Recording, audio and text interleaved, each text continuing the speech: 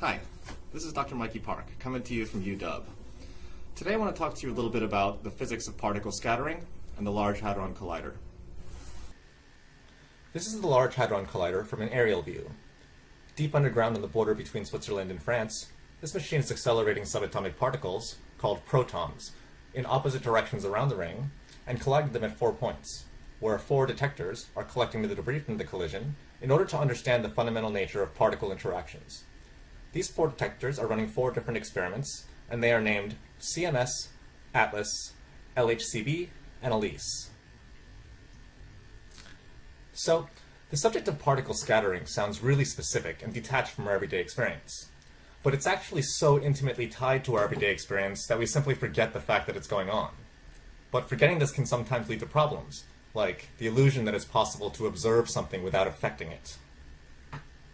The fundamental role that scattering particles plays in our human experience is reflected in the way that the particle detectors at the Large Hadron Collider are built. For example, the experiment that I worked on, CMS, is essentially a gigantic, hyper-sophisticated digital camera. In other words, it is designed to function like a human eye, which was the original particle detector used by humans to try and understand their surroundings. For example, consider the simple act of looking at a tree. It would be impossible to see the tree without some source of light, which is typically provided by the sun. You may know that light can be imagined as a stream of particles called photons. So the sun is basically emitting a super dense stream of photons in every direction, many of which penetrate the Earth's atmosphere to reach the surface of the Earth, and some of which bounce off of the tree and scatter into our eyes.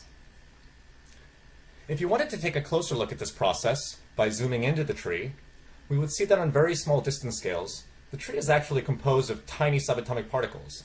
For example, the proton and the electron, which come together to form a hydrogen atom, which is one of the most common kinds of atoms that you might find in a tree. On this distance scale, it is clear that the photon is coming in and scattering off of the electron, which surrounds the proton like a haunting ghost. The fundamental point of this picture is that there is no magic involved with the process of human vision. The reason we can see the tree and deduce information about it is because that information is brought to us by the particles. Particles are the fundamental messengers of all of the information in this universe.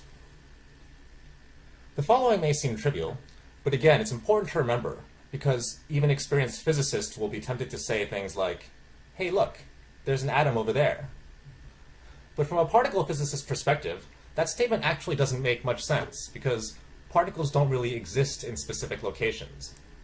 What the person meant to say was, "Hey, look, a photon interacted with an atom over there," and then a short time later, with an atom in my eyeball. In a sense, particles really only exist through their interactions with other particles. The famous physicist, Richard Feynman, invented a way to describe particle interactions using simple intuitive cartoons called Feynman diagrams. Feynman diagrams are literally just cartoons of how the particles move, and we've already seen an example of one.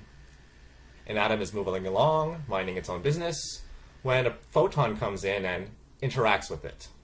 Here the interaction is represented by the shaded blob. At the end of the interaction, the photon flies out, and the atom goes on its way. If you like, maybe the proton just goes along for the ride. This is the process that gives rise to the phenomenon of vision. But more interesting things can happen when we collide specific particles. For example, you can take an electron by stripping it off of an atom, and then you can go ask your physicist friend that works at a lab and ask them to make you a positron, which is the antiparticle of the electron. It turns out that if you take a particle and its antiparticle and bring them into contact, they will annihilate with each other. One possibility, for example, is that 2 particles of light could fly out from the interaction. In the 1980s, particle physicists built a collider called LEP, which stood for the Large Electron-Positron Collider. And it was exactly what it sounds like, a collider that collided electrons with positrons. Another possibility is that you can take 2 protons and try smashing them together as hard as you can.